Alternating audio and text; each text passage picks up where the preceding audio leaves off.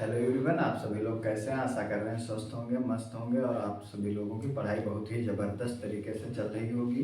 इसके अलावा कोई भी क्वेरी है वो आप मुझे कमेंट में करके बता सकते हैं। तो आज एक नए टॉपिक की शुरुआत कर रहे हैं, जो कल पढ़ा रहे थे उसके आगे नेक्स्ट कड़ी की शुरुआत कर रहे हैं। तो कल चल रहे थे ब्राह्मणेतर साहित्य। क्या चल रहे थे? क्या होगा? ब्राह्मणेतर साहित्य। क्या चल रहा था? ब्राह्मणेतर साहित्य। ब्राह्मणेतर साहित्य में दो आते हैं। ये प्राचीन भारतीय इतिहास के स्रोतों की बात चल रही है, जिसमें ब्राह्मण साहित्य में दो पार्ट आते हैं। एक आता है बौद्ध साहित्य, बौद्ध लिटरेचर यानी बौद्ध साहित्य। दूसरा आता है जैन साहित्य, जैन साहित्य। इसमें कल ये टॉपिक कंप्लीट करवाया जा चुका है। आज जो बात होगी, इस नेक्स्ट टॉपिक पे बात होगी जैन साहित्य। ठीक है, तो जैन साहित्य की शुरुआत करते हैं। जैन साहित्य, जैन साहित्य किससे जुड़ा हुआ है? जैन धर्म से जुड़ा हुआ है। किससे जुड़ा है? जैन धर्म से जुड़ा हुआ है। जैन धर्म के जो प्रवर्तक हैं वो कौन है? महावीर स्वामी। कौन है? महावीर स्वामी, यानी ईसा पूर्व 6ठी शताब्दी की बात हो रही है। ठीक है, तो अब बात आ रही है जैन साहित्य किस भाषा में लिखे गए। यानी जैन साहित्य का जो प्रारंभिक इतिहास मिलता है, क्या मिलता है? जैन साहित्य। ठीक है, तो ये चल रहा था जैन धर्म। जैन धर्म के प्रवर्तक जो हैं ये कौन है? महावीर स्वामी। प्रवर्तक कौन है? महावीर स्वामी। अब बात आ रही है कि जैन धर्म का जो प्रारंभिक इतिहास मिलता है, जैन धर्म का प्रारंभिक इतिहास, प्रारंभिक इतिहास। जैन धर्म का जो प्रारंभिक इतिहास है, ये जैन धर्म के एक गुरु थे जो तीर्थंकर थे, उनका नाम था भद्रबाहु। क्या नाम था? भद्रबाहु रचित। भद्रबाहु रचित किस ग्रंथ में मिलता है? कल्प सूत्र में मिलता है। कल्प सूत्र में मिलता है। किसमें मिलता है? भद्रबाहु द्वारा रचित कल्प सूत्र में मिलता है। क्योंकि ये ग्रंथ है ये किस भाषा में लिखा गया है? संस्कृत में लिखा गया है। किसमें लिखा गया है? संस्कृत में, संस्कृत भाषा में।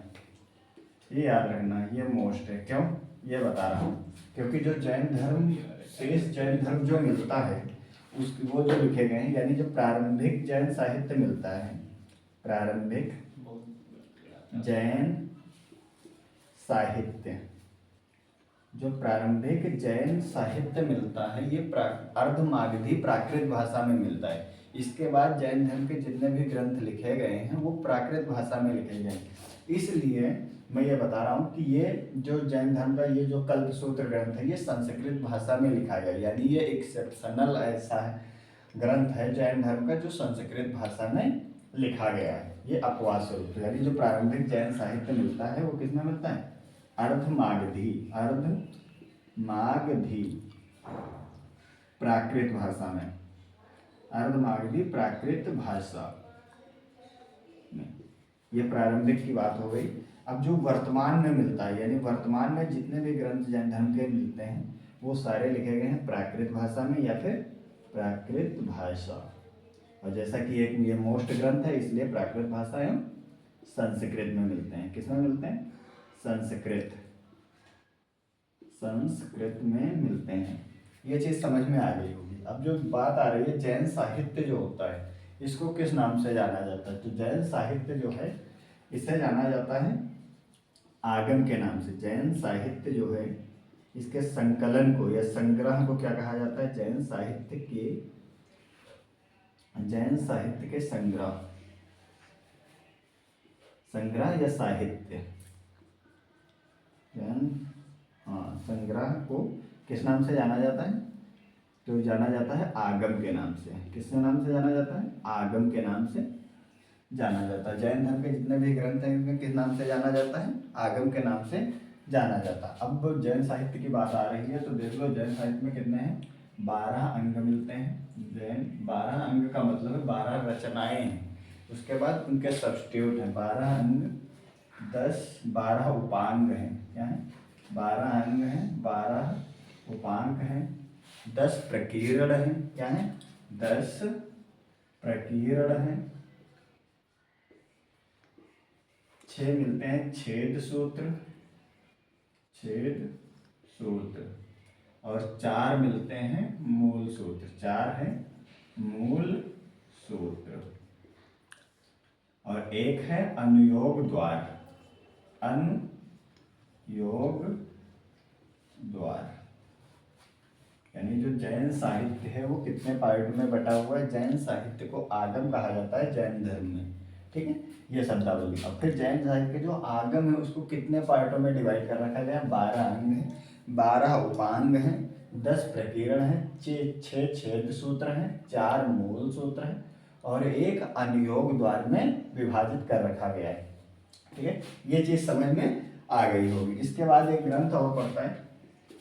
हाँ, तो इस ग्रंथ की बात चल रही थी कल्प सूत्र। तो इसमें किस चीज का वर्णन मिलता है? इसमें जो तीर्थंकर होते हैं जैन धर्म के, उनका जीवन चरित्र का वर्णन मिलता है। तीर्थंकरों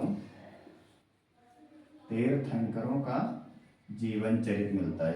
तीर्थंकरों का जीवन चरित्र का वर्णन होता है। ठीक है, ये चीज समझ में आ गई होगी।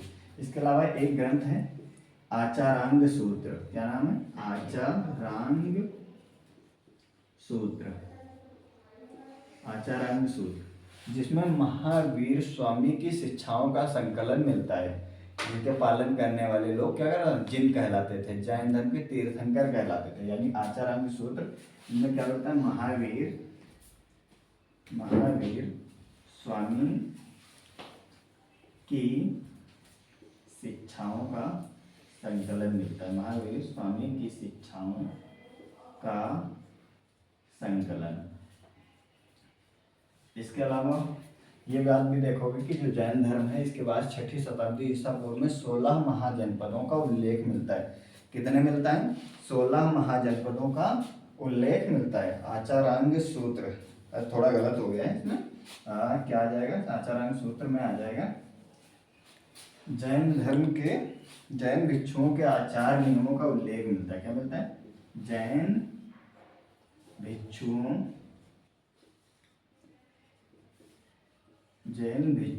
के आचार नियमों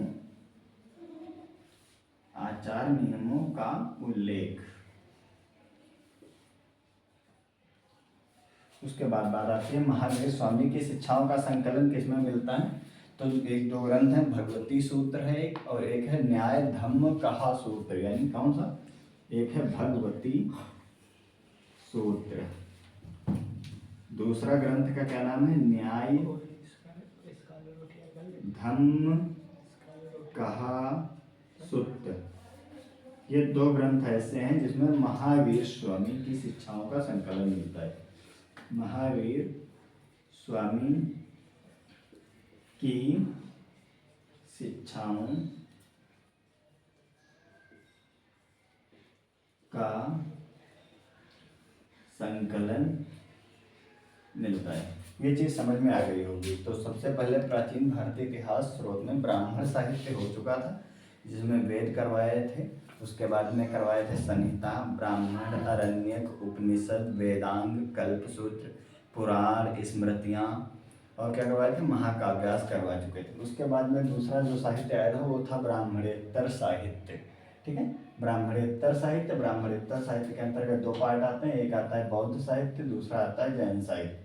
इससे पहले पिछला जो लेक्चर लिए थे इससे पहले दिन उसमें बौद्ध साहित्य कंप्लीट करवाया जा चुका है। आज बात हो रही थी जैन साहित्य की। तो जैन साहित्य जो है जैन धर्म से रिलेटेड है। जिस जैन धर्म के प्रवर्तक कौन थे? महावीर स्वामी माने जाते हैं, जो कब के? ईसा पूर्व 6ठी शताब्दी की बात है। ठीक है, इसके प्रवर्तक हो गए। फिर आती है जैन धर्म का जो प्रारंभिक इतिहास जो देखने को मिलता है वो हमें इसी धर्म के एक तीर्थंकर थे भद्रबाहु, उनके द्वारा रचित ग्रंथ है कल्पसूत्र, जो कि संस्कृत में मिलता है। उसमें तीर्थंकरों का जीवन चरित्र का वर्णन मिलता है। इससे ये पता चलता है कि जैन धर्म का प्रारंभिक इतिहास कैसा था।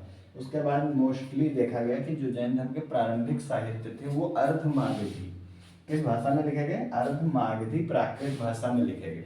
वर्तमान में जितने भी ग्रंथ मिलते हैं वो मोस्टली किस में मिलते हैं? प्राकृत भाषा में मिलते हैं और कुछ संस्कृत में मिलते हैं। ठीक है, इसके बाद बात आती है जैन साहित्य का जो संग्रह होता है, जो जैन साहित्य होता है उसको आगम के नाम से जाना जाता है। अब आगम को कितने पार्टों में डिवाइड करा गया है? तो ये आगम को डिवाइड करा गया है, कितने पार्टों में डिवाइड कर रखा गया है? ये देख लीजिए, आगम जो है वो 12 अंग बताए गए, 12 उपांग बताए गए हैं, 10 प्रकीर्ण हैं, 6 छेद सूत्र हैं, 4 मूल सूत्र हैं और 1 अनुयोग द्वार है। जितन ये चीज़ समझ में आ गई होगी। एक और ये ग्रंथ है जो आचारांग सूत्र है। इसमें जैन भिक्षुओं के आचार नियमों का उल्लेख मिलता है कि उन्हें किस तरह, जो जैन भिक्षु होते थे वो एक संघ में रहते थे, उन्हें किस तरह के आचरण का पालन करना होता था, संघ के नियम क्या होते थे, उसका उल्लेख किया गया है इस ग्रंथ में, आचारांग सूत्र में।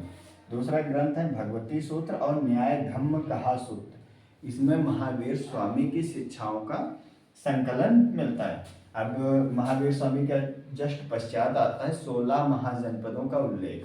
ठीक है, तो जो 16 महाजनपदों का उल्लेख मिलता है, 16 महाजनपद थे प्राचीन काल में। कितने महाजनपद थे? 16 महाजनपदों का उल्लेख। ये फैक्ट बहुत इंपॉर्टेंट है, किसी भी एग्जाम के लिए बहुत ज़्यादा रिलायबल है, इंपॉर्टेंट भी नहीं। क्या लिखा? 16 महाजनपदों का उल्लेख मिलता है। एक ग्रंथ है भगवती सूत्र, ये जैन धर्म से संबंधित है। भगवती सूत्र किससे संबंधित है? तो ये जैन धर्म से संबंधित है, जैन धर्म से संबंधित। दूसरा एक ग्रंथ और है जो बौद्ध धर्म का है, भगवती सूत्र हो गया, और दूसरा हो गया अंगुत्तर निकाय। कल बताए थे अंगुत्तर निकाय, ये बौद्ध ग्रंथ है। किसका पार्ट है? सुत्त पिटक का अंग है। सुत्त पिटक, सुत्त पिटक का अंग है एक। ठीक है, सुत्त पिटक का अंग है। किससे धर्म संबंधित है? बौद्ध धर्म से संबंधित है। अब ये चीज समझ में आ गई होगी कि जो प्राचीन भारतीय इतिहास के स्रोतों की बात चल रही थी उसमें 2 तरह के साहित्य हो चुके हैं, एक लौकिक साहित्य, एक ब्राह्मण साहित्य हो चुका है, दूसरा ब्राह्मणेतर साहित्य हो चुका है। अब तीसरा पढ़ाएंगे लौकिक साहित्य। तो आप इसको सबसे नोट करते रहिए, हम ऊपर से मिटा देते हैं। अच्छे से नोट्स बनाते रहिए प्रॉपर, और इसका रिवीजन भी बराबर करते रहिएगा ताकि ये आपके दिमाग में पूरी तरह से सेव हो सके। ठीक है, ऊपर से शुरुआत करते हैं लौकिक साहित्य की। किस साहित्य की? लौकिक साहित्य, यानी इतिहास लिखेंगे तो लौकिक साहित्य। किससे बना हुआ है लौकिक साहित्य? इसका जो संधि विच्छेद करते हैं तो 2 शब्दों से मिलकर बनता है लोक। लोक का मतलब हो जाएगा जगत या संसार, और एक क्या है? प्रत्यय लगा हुआ है। ठीक है, ये जो लास्ट में लगता है शब्दों की, ये क्या लगता है? इसे प्रत्यय बोलते हैं। तो ये लोक है, लोक का मतलब हो गया संसार, यानी संसार में कितनी तरह की राजनीतिक घटनाएं हो रही हैं, सामाजिक घटनाएं हो रही हैं, धार्मिक घटनाएं हो रही हैं, उन सब का जो उल्लेख मिलता है, यानी जो ऐतिहासिक। लौकिक साहित्य का दूसरा नाम क्या है? ऐतिहासिक। ऐतिहासिक साहित्य, लौकिक साहित्य का मतलब हो गया जो ऐतिहासिक साक्ष्य है। क्या है? ऐतिहासिक साक्ष्य, यानी ऐसे ग्रंथ, यानी ऐसा साहित्य जिससे हमें प्राचीन भारत का इतिहास लिखने में मदद मिलती है, उसे क्या बोला जाता है? लौकिक साहित्य या ऐतिहासिक साहित्य के नाम से जाना जाता है। ठीक है, तो ये बात समझ में आ गई कि लौकिक साहित्य क्या होते हैं। अब लौकिक साहित्य क्या होते हैं? ऐतिहासिक साहित्य, साक्ष्य या साहित्य लिख लो, ऐतिहासिक साहित्य। ठीक है, अब इसमें कितने तरह की रचनाएं आएंगी ये बात हो रही है। तो पहली जो रचना आती है ऐतिहासिक साक्ष्य में, वो आती है अर्थशास्त्र। क्या आती है? अर्थशास्त्र। अर्थशास्त्र ये एक ऐतिहासिक ग्रंथ है। अर्थशास्त्र ऐसा लग रहा है कि जैसे मनी से रिलेटेड होगा, लेकिन ये रुपए पैसे या वित्त से संबंधित नहीं है। ये भारत का एकमात्र ऐसा ग्रंथ है जो राजनीतिक ग्रंथ, क्या है? भारत का, प्राचीन भारत का प्राचीन भारत का एकमात्र राजनीतिक ग्रंथ है। क्या है? एकमात्र राजनीतिक ग्रंथ जिसमें किसका वर्णन मिलता है? जिसमें मौर्यकालीन इतिहास, किसका? मौर्यकालीन इतिहास, मौर्यकालीन इतिहास यानी चंद्रगुप्त मौर्य के शासन व्यवस्था का पूर्णतः उल्लेख मिलता है। किसका? चंद्रगुप्त मौर्य, चंद्रगुप्त मौर्य के शासन व्यवस्था का उल्लेख मिलता है। शासन व्यवस्था का विस्तृत वर्णन मिलता है, या विस्तृत वर्णन मिलता है। ठीक है, ये चीज समझ में आ गई। अर्थशास्त्र यानी ये किससे बिल्कुल रिलेटेड नहीं है, तो वित्त या अर्थ इससे बिल्कुल भी रिलेटेड नहीं है, नाम पे बिल्कुल भी नहीं जाना है। अर्थशास्त्र कब लिखा गया? 500 BC के लगभग में लिखा गया। कब लिखा गया? 500 BC के लगभग में लिखा गया ये ग्रंथ है। किसके द्वारा लिखा गया है? तो अर्थशास्त्र के रचयिता को सबको पता है, कौटिल्य नाम था।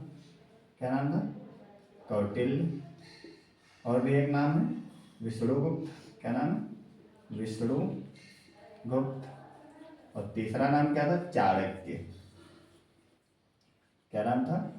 चाणक्य। यानी अर्थशास्त्र एकमात्र ऐसा ग्रंथ, भारत का एकमात्र ऐसा राजनीतिक ग्रंथ जिससे प्राचीन भारत के इतिहास की जानकारी मिलती है, जिसमें चंद्रगुप्त मौर्य के शासन व्यवस्था का विस्तृत वर्णन मिलता है। उसके बाद इनके पुत्र बिंदुसार का वर्णन मिलता है, उसके बाद अशोक का वर्णन मिलता है। तो 500 BC के लगभग में लिखा गया। किसने लिखा है? तो कौटिल्य ने लिखा है, विष्णुगुप्त या चाणक्य ने लिखा है। अब इसे कितने पार्टों में डिवाइड करा गया है? तो इसे कितने पार्टों में डिवाइड करा गया है? इसे इसके 15 अधिकरण हैं। अधिकरण का मतलब यहाँ अध्याय से है। 15 अधिकरण है और 180 प्रकरण है। 180 प्रकरण है। कितने? 180 प्रकरण है। ठीक है, ये भारत का, ये चीज समझ में आ गई। और ये ऐसा ग्रंथ है जो अधिकारियों के नगद वेतन देने की शुरुआत करता है। सर्व अधिकारियों, सर्वप्रथम, यहाँ क्या लिखेंगे? सर्वप्रथम अधिकारियों के नकद वेतन पूछा जाता है। नकद वेतन देने का सुझाव। ऐसा कौन सा ग्रंथ है जो क्या करता है? अधिकारियों के नकद वेतन देने की शुरुआत का सुझाव देता है। ठीक है, तो ये नोट कर लिया होगा। इसके बाद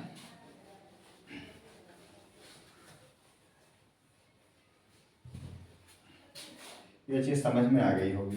ठीक है, सर्वप्रथम अधिकारियों के नगद वेतन देने का सुझाव कौन सा ग्रंथ करता है? अर्थशास्त्र करता है। वित्त या अर्थ से बिल्कुल भी रिलेटेड नहीं, राजनीतिक ग्रंथ है।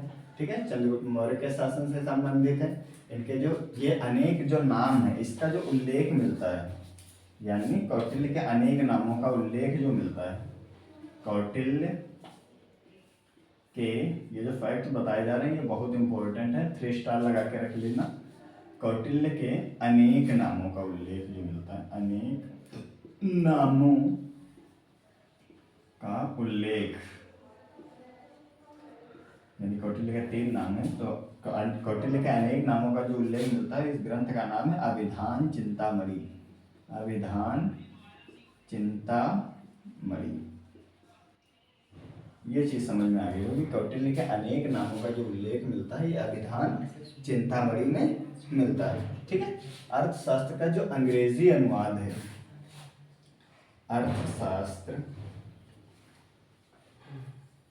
का अंग्रेजी अनुवाद, यानी इसका जो अंग्रेजी अनुवाद है वो 1915 में किसने करा? 1915 में आर श्याम शास्त्री ने करा है। आर श्याम शास्त्री ने अर्थशास्त्र का अंग्रेजी अनुवाद करा था। ये चीज समझ में आ गई होगी। ठीक है, अब बात आ रही है कि इसके 15 अधिकरण कौन कौन से हैं। तो इसके 11 अधिकरण जो है स्पष्टता का उल्लेख मिलता है। यानी इसमें जो 5 हैं, पहले चलो यहाँ देख लो, इसके जो पहले 5 अधिकरण है, पहले 5 अधिकरण जो हैं ये आंतरिक प्रशासन से संबंधित है। किससे संबंधित है? आंतरिक प्रशासन से। आंतरिक प्रशासन से कि वहाँ का एडमिनिस्ट्रेशन कैसा है, वहाँ के कर्मचारी कैसे हैं, वहाँ के अधिकारी कैसे हैं, वहाँ का सजा प्रावधान क्या है, वहाँ की व्यवस्था कैसी है। ठीक है, उसके बाद आता है, उसके बाद जो अगले 8 अधिकरण हैं, अगले 8 अधिकरण जो हैं किससे संबंधित है? अंतरराज्यीय संबंध से संबंधित। अंतरराज्यीय संबंध। और नेक्स्ट जो 2 हैं, अगले जो 2 अधिकरण हैं ये मिश्रित विषयों से संबंधित है। किससे संबंधित है? मिश्रित विषयों से। ये प्रॉपर नोट्स बनाते रहना और एक हिसाब से, यानी कई कलर्स में बनाते रहना जिससे पढ़ने में आसानी हो। यानी पहले 5 अधिकरण जो हैं आंतरिक प्रशासन से संबंधित, अगले 8 अधिकरण जो हैं अंतर्राज्यीय संबंध हैं, और अगले 2 अधिकरण जो हैं मिश्रित विषयों से संबंधित मिलते हैं। आप देखते हैं कि जो पहला अधिकरण है, ठीक है, जो फर्स्ट है, second, third, fourth, fifth, sixth ये पूछे जाते हैं इसलिए बता रहे हैं। 7th, 8th, 9th, 10th और 11th पूछा जाता है कि पहले अधिकरण में किस चीज़ का उल्लेख मिलता है। तो इसका जो पहला अधिकरण है प्रशासन से संबंधित, तो क्या हो जाएगा? प्रशासन हो जाएगा। प्रशासन हो जाएगा। अब प्रशासन है तो उसकी कुछ समस्याएं होंगी। प्रशासन की समस्याएं क्या क्या आती हैं इसका उल्लेख मिलता है। प्रशासन की समस्या। अब प्रशासन है तो प्रशासनिक अधिकारी होंगे, यानी प्रशासनिक विभाग होगा। क्या होगा? प्रशासनिक विभाग होगा। कोई संगठन बनाए जाएंगे और कुछ पदाधिकारी होंगे। पदाधिकारी। प्रॉपर नोट्स बनाते रहना, ठीक है, और अच्छे से लिखते भी रहना। ये चीज़ समझ में आ गई। उसके बाद जो तीसरा जो अधिकरण है इसमें दासों का वर्णन मिलता है, यानी दासों का वर्णन पूछा जाता है। अर्थशास्त्र के तीसरे अधिकरण में किस चीज का वर्णन मिलता है? तो दासों का वर्णन मिलता है। जो 4th अधिकरण है, अब दास है तो इनके लिए कोई ना कोई कानून बनाया जाएगा जिसके तहत, तो क्या हो जाएगा? चौथा जो है ये फौजदारी कानून हो जाएगा। फौजदारी कानून विवेचना या विवेचन, यानी इस चीज का वर्णन मिलता है। फौजदारी या कानून विवेचना का वर्णन मिलता है। ठीक है, जो 5वां जो अधिकरण है वो किससे संबंधित है? राजकीय कर्मचारियों। फौजदारी है, कानून बन गए तो इसको हटाने के कौन होने चाहिए? कर्मचारी होने चाहिए, यानी राजकीय कर्मचारियों। राजकीय कर्मचारियों का अनुशासन। राजकीय कर्मचारियों का अनुशासन, ये चीज समझ में आ गई होगी। और जो छठा है, इसे और 7वें को याद करने का बहुत आसान तरीका है। जो 7वां है इसमें षड्गुण सिद्धांत है, यानी षड्गुण सिद्धांत का वर्णन मिलता है। सिद्धांत यानी 7वें में छठे का और छठे में किसका? 7वें का, यानी सप्तांग सिद्धांत। किसका? सप्तांग सिद्धांत या मंडल सिद्धांत का वर्णन मिलता है। सप्तांग सिद्धांत या मंडल सिद्धांत का वर्णन मिलता है, पूछा जाता है। यानी छठे अध्याय में किसका वर्णन मिलता है, 7वें में किसका मिलता है। तो नाम से बिल्कुल भी कंफ्यूज नहीं होना है। यानी जो 7वें वाला है वो इसको याद करना है छठे में, और छठे का 7वें में याद करना है। षड्गुण छठे का, 7वां सप्तांग इसमें मिलता है, छठे में मिलता है। ठीक है, ये चीज समझ में आ गई।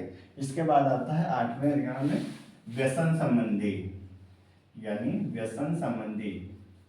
व्यसन का मतलब हो जाएगा घातक, यानी दुर्गुण संबंधी।